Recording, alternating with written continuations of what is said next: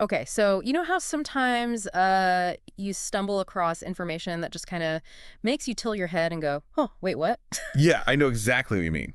Well, that's what happened when we started going through the stuff you sent us for this deep dive. Oh, really? Yeah, I mean, the research from Lana Rogers and those Pleiadian messages, uh, Oh, right, yeah. talking about a huge cosmic shift right around the corner, March 21st, 2025. Oh, wow. So we're jumping right into the deep end then, huh? Yeah, pretty much. Basically saying this date is like a fork in the road for humanity, energetically speaking. And knowing the stuff you sent over, I'm guessing those potential paths lead to some pretty wild places. Oh, absolutely. So buckle up because that's what we're going to unpack today, what these sources are saying about this whole 2025 thing and what it could mean for, you and me, everyone, really. Sounds intense. It is. Oh. And it's interesting how these like modern ideas kind of tie back to those ancient prophecies, especially the stuff about the Mayan calendar.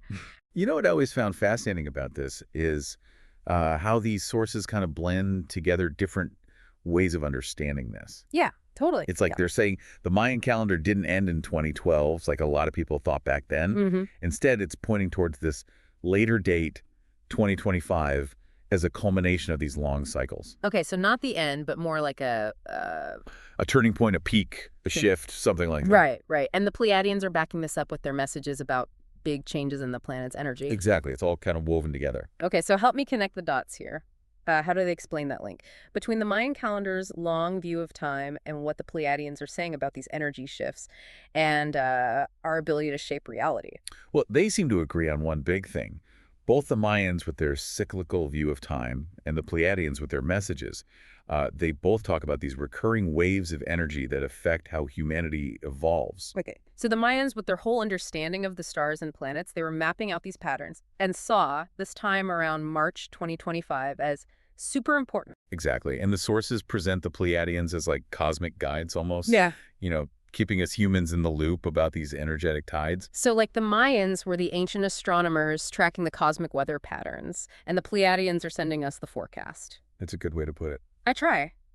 And the sources also point to things happening right now as signs of this transition, like technology advancing super fast and more people becoming globally aware, and just this sense that things are speeding up. Right. It's like they're saying this isn't random, it's all connected and points toward this big energetic event. Okay, so a cosmic symphony playing out with ancient wisdom and alien messages, all converging on this one date. That's the picture they're painting, Yeah. a sort of synchronized cosmic timing. And this leads to what the sources call the Great Split, but this Yeah. isn't just like a metaphor, right? They're saying this is a real division in reality itself. Yeah, that's a huge part of this. And a little mind-bending, too, honestly. Totally. They're describing it as an actual energetic divergence, not just, symbolic choice or anything. Yeah. Whoa. Okay, so like two separate realities branching off. That's what they're saying. Essentially two versions of Earth forming. And what are these paths like? Well, as they lay it out, one path leads toward more unity, like a heightened spiritual awareness and something they call divine consciousness. Very new agey. Yeah, a little bit. But the other path is more stuck in the current paradigm, fear, control, materialism. Okay, so one path is like leveling up and the other is kind of staying put.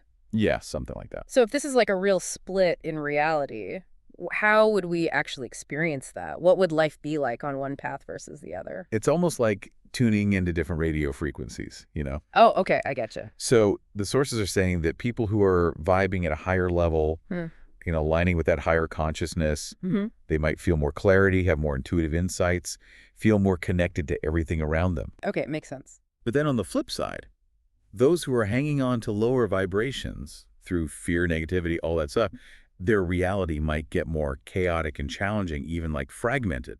So it's personal, but with like ripple effects out into the world. Exactly. Like our internal state shapes our reality, especially as this great split unfolds. And the sources are definitely stressing that our thoughts, emotions, actions all play a role in which path we end up on. Oh, absolutely. Yeah. It's like we're not just watching this happen. We're actively participating and shaping it through our choices. So it's a choose your own adventure kind of situation. In a way, yeah, it makes you think, what kind of inner landscape are we each creating? What frequency are we broadcasting out into the world?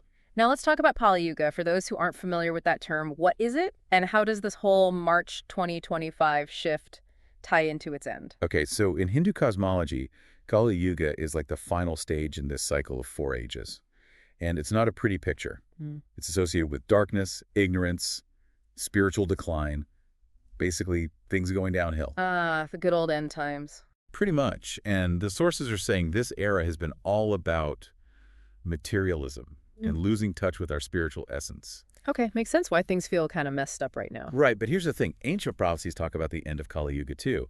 And it's usually associated with some serious transformation, like fire and light, ushering in a new era of spiritual understanding. So like a phoenix rising from the ashes. Exactly. And these sources are saying March 2025 is like that pivotal moment, the final act of Kali Yuga. But it's not like flipping a switch, right? It's Mm. more gradual. Yeah, they're definitely emphasizing that it's not some sudden overnight apocalypse, but more like a gradual unfolding. Okay, so those who are ready will kind of shed the old patterns and wake up to a greater sense of themselves. Right, and this transition is supposed to bring some big changes to how things work in society. Yeah, the sources mentioned stuff like governments losing control financial systems, collapsing AI, going haywire. That's intense. It definitely paints a picture of a pretty tumultuous time as the old ways crumble and new energies come in. Like the whole world's getting a makeover. Yeah, but the thing is, the end of Kali Yuga isn't just about destruction. It's about the potential for a new beginning. Okay, so like after the storm clears. Exactly. An age where consciousness plays a bigger role in shaping reality, And those who fight against this shift might just experience more chaos. while those who align with it might find things flowing more easily. Okay, so riding the wave instead of getting pummeled by it. That's the idea. Now let's talk about the Pleiadians specifically. The sources say they've been watching and guiding humanity for a long time. What's their message for us now as we approach 2025? It's all about making a choice, a conscious decision. Like picking a path. Yeah. According to the sources, they're saying 2025 is a defining moment where each person has to decide whether to align with what they call the light of expansion or stay stuck in their limitations. And this choice is completely up to us. There's no external savior coming to the rescue. Nope. The power to navigate this shift is within each of us. So it all boils down to the work we do on ourselves. Choosing love, intuition, connection over fear, separation, conflict. Exactly. The sources say nurturing those higher vibes will lead to a more positive, expansive reality, while clinging to negativity will create a more limited one. So our inner world shapes our outer world even more so during this time. Right, and the Pleiadians are urging us to become aware of this and actively tune into those higher frequencies. They say that's when we'll start experiencing more synchronicities, deeper insights, and a greater sense of what's possible. Like opening up to a whole new level of reality. Exactly. Now things get even bigger. The sources start talking about cosmic wars and a battle for our consciousness. This sounds pretty intense. It is. It's like they're saying there's this whole other level of stuff happening beyond the everyday events we see. So not like spaceships and lasers, but more of an energy war. Right, a battle over information, influence perception. And the sources are connecting this to ancient texts and Pleiadian transmissions, saying Earth has been a focal point for these cosmic forces for a long time. Yeah, like a cosmic battleground. Okay, so who are these controlling forces and how do they operate? The sources say their goal is to keep us in the dark, spiritually speaking, to keep us distracted with fear, division, materialism, all that stuff. Basically to stop us from realizing our full potential. Exactly. And that's why the path of spiritual awakening can be so challenging, because it means breaking free from those ingrained patterns of limitation. But the good news is the sources say these forces are losing their grip as Earth's own frequency rises. That's right. They feed off our lower vibrations like anger, anxiety, or doubt. So the more we raise our own vibration, the less power they have. Precisely as we become more conscious and intentional, we stop resonating with those lower energies, and that weakens their influence. So it's a battle, but it's an internal one. We each have to take responsibility for our own energy and align with those higher frequencies. That's the message. Speaking of rising frequencies, the sources talk about Earth itself undergoing a transformation around March 2025. It's not just us humans, the planet's changing too. Right? They're presenting Earth as a living, conscious being that's also going through a huge shift in vibration. So everything we experience, thoughts, emotions, physical health, even our sense of time will be affected. Yeah, as Earth absorbs these new cosmic energies, things can get shaken up. And this might manifest in some personal ways for us, right? The sources mention things like intense dreams, heightened intuition, even physical sensations. Yeah, those could be common experiences as our energy fields try to sync up with the planet's new frequencies. Some people might feel energized, others might feel tired or emotional.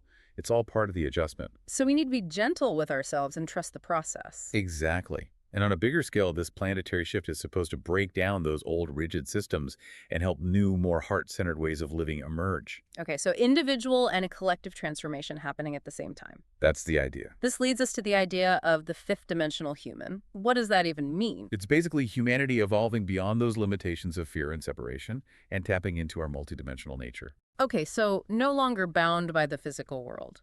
Not entirely, Hmm. but the sources say in this fifth dimensional state, our ability to manifest our intentions will increase, our intuition will be sharper, and our actions will be guided by love and compassion instead of fear. Sounds kind of utopian. It does, but it doesn't mean challenges will disappear. It's more about approaching them from a higher level of understanding and wisdom. Okay, so a different way of being in the world. Exactly. And the sources even ask if people have noticed any changes in their sense of time or an increase in synchronicities lately. Like those are signs we're starting to align with this shift. Yeah, little hints that our consciousness is starting to resonate at a higher frequency. Interesting. It is. Now let's talk about this whole collapse of the 3D matrix thing. This sounds super sci-fi. How do the sources explain this matrix? It's like a collective illusion, a set of beliefs that keeps our attention focused on survival materialism, external validation, all that stuff that distracts us from our spiritual nature. Okay, so like we're all plugged into this system that keeps us asleep. Yeah, kinda. And as 2025 gets closer, this illusion is weakening, and that's why we're seeing so much chaos in the world. Those old systems are breaking down. So all this craziness is actually a sign of progress. In a way, yeah, it's like a necessary stage of transformation, like a caterpillar dissolving in its cocoon before becoming a butterfly, And those who try to cling to the old ways will have a rough time. while those who embrace the change will have an easier transition. Okay, so go with the flow or get swept away. Right. We've mentioned it before, but this feeling that time is speeding up is something a lot of people are experiencing. The sources connect this directly to Earth's rising vibration. Right. They're saying that as the planet's energy increases, our perception of time changes. So time isn't linear anymore. Not in the way we're used to in higher dimensions. Time is more fluid and influenced by our consciousness and where we focus our attention. So this feeling of time accelerating is a side effect of this planetary shift. Exactly. And our spiritual alignment plays a big role in how we experience it. Well, the sources say those who are aligned with their spiritual path might feel a sense of flow and experience synchronicities, while those who are resisting change might feel overwhelmed and trapped by the pace of events. So it's not just that time is objectively speeding up, it's also how we're relating to it? Right, and the sources also point out that this acceleration means both our positive intentions and our fears can manifest more quickly.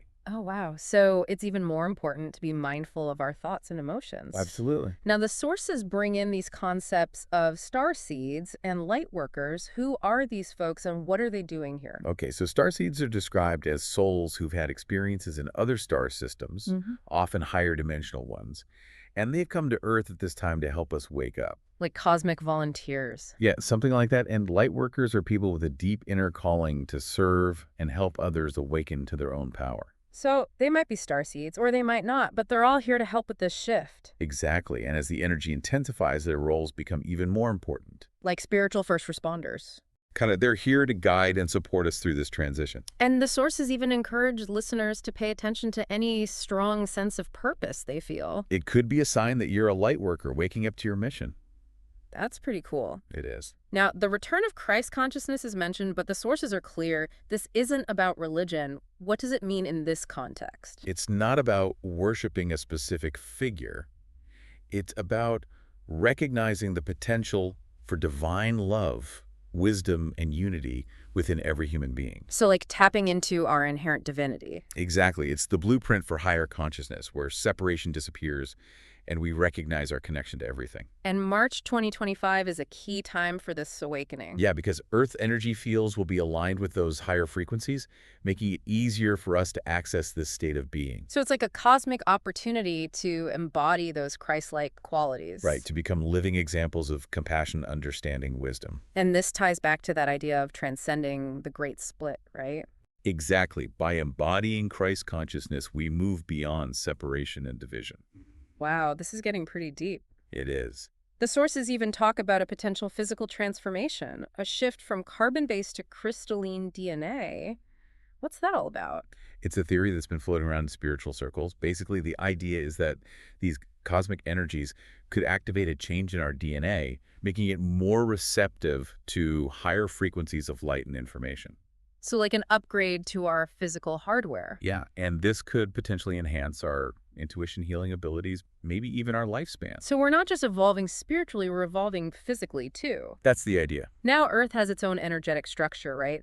The sources talk about planetary energy grids being reactivated. Hmm. What are those and why are they important for all of this? Think of them like Earth's energy highways, these lines of powerful energy crisscross the planet, connecting us to cosmic forces. And those sacred sites like the pyramids, Stonehenge, Machu Picchu are all built on these grids. Exactly. And the sources are saying these grids are getting a boost right now, amplifying their influence on our consciousness. So it's like the planet's energy system is getting a tune-up. Yeah. And this could affect us even if we're not physically near those sacred sites. Because everything's connected. Right? It's all part of raising Earth's overall vibration and helping humanity connect to those higher dimensions. And the sources say we can work with these grids intentionally to help our own spiritual growth. Yeah, things like meditation, spending time in nature, consciously connecting with those energy lines can accelerate our evolution and potentially awaken dormant spiritual abilities. So we can tap into this planetary energy system to help us level up. Exactly. Another big theme in the sources is the balancing of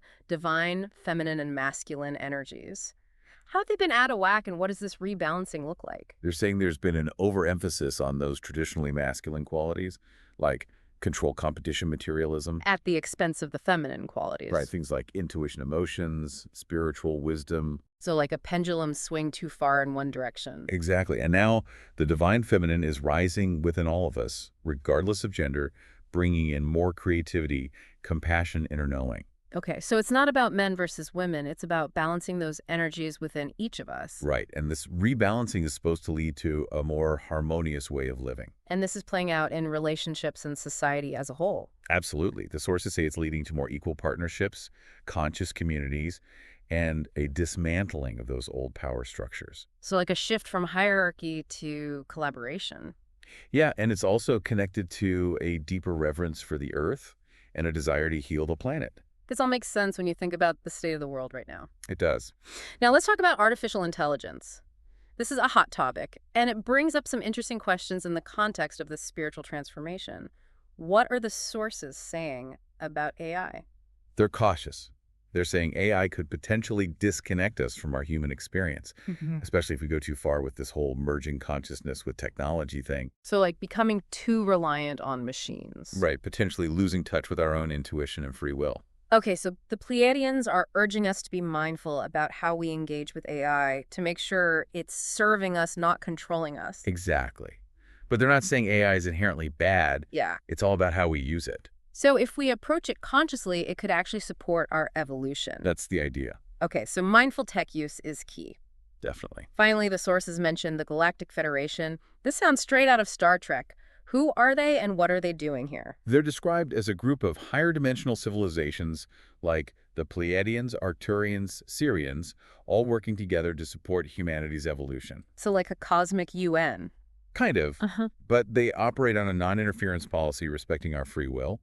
But they're here to offer guidance, support, protection from negative influences. Like cosmic guardians. In a way, yeah. Their ultimate goal is to help us reach our full potential and join the galactic community. And as Earth's vibration keeps rising, we might start having more contact with these beings. Yeah, the sources suggest that as we become more attuned to those higher frequencies, we might experience more telepathic communication, vivid dreams, or just a stronger sense of their presence. Wow. Okay, so to bring all this together, this March 2025 date is a pretty big deal, right? The sources are calling it a crossroads leading to a new Earth timeline. What does that actually look like? They're saying it's a major decision point, a great split, where our collective consciousness will determine which reality becomes dominant. So one path leads to a brighter future and the other leads to more of the same. Basically, the new Earth timeline is, for those who are aligning with those higher frequencies, a reality of peace, synchronicity, harmony. And the other path is more struggle and chaos. Yeah, but the sources are clear that it's not about judgment or being better than anyone. It's about choosing the path that aligns with your soul's journey. And this new Earth timeline has some specific characteristics. Yeah, they talk about governance based on integrity technology that supports our well-being and a more cooperative way of living. So a more heart-centered world. Exactly, and the key takeaway is that we're not just passive observers. We're actively shaping the future through our choices right now. Wow. Well, this has been an incredible journey through some mind-blowing ideas. I know it's a lot to take in, It is. but the biggest takeaway for me is that we have the power to choose how we navigate this shift. Absolutely. Our choices matter now more than ever. So for you listening, think about this great divide and this new Earth timeline. What kind of reality are you creating within yourself? What energy are you putting out into the world? Maybe this deep dive is just the beginning of your own exploration into these possibilities. Thanks for sharing your sources and for joining us on this adventure. It's been a fascinating conversation. It really has. Thanks for being here, and thanks everyone for listening. Until next time. Take care. Bye.